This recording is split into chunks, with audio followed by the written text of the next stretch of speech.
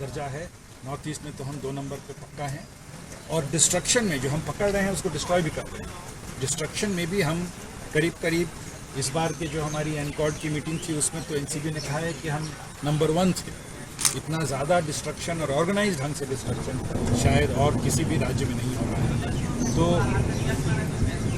हम डिटर्मिन्ड हैं सारे लोग, और आपने देखा हमारे जवान से लेके ऊपर तक सब लोग डिटर्मिन्ड हैं कि इस सामाजिक समस्या को किसी भी तरह रोकना है फैलने से, कानूनन ढंग से, सौहार्द से, कम्युनिटी आउटरीच से, नाटक के माध्यम से, सब तरफ से कोशिश करना है कि हम त्रिपुरा को ड्रग्स फ्री बना सकें।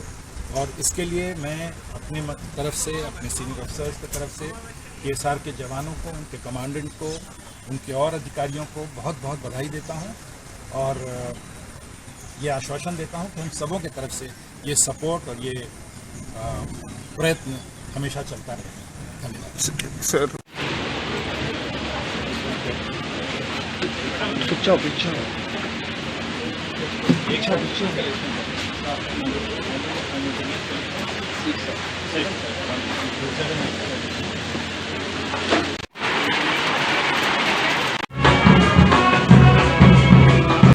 नेक्स्ट क्लास का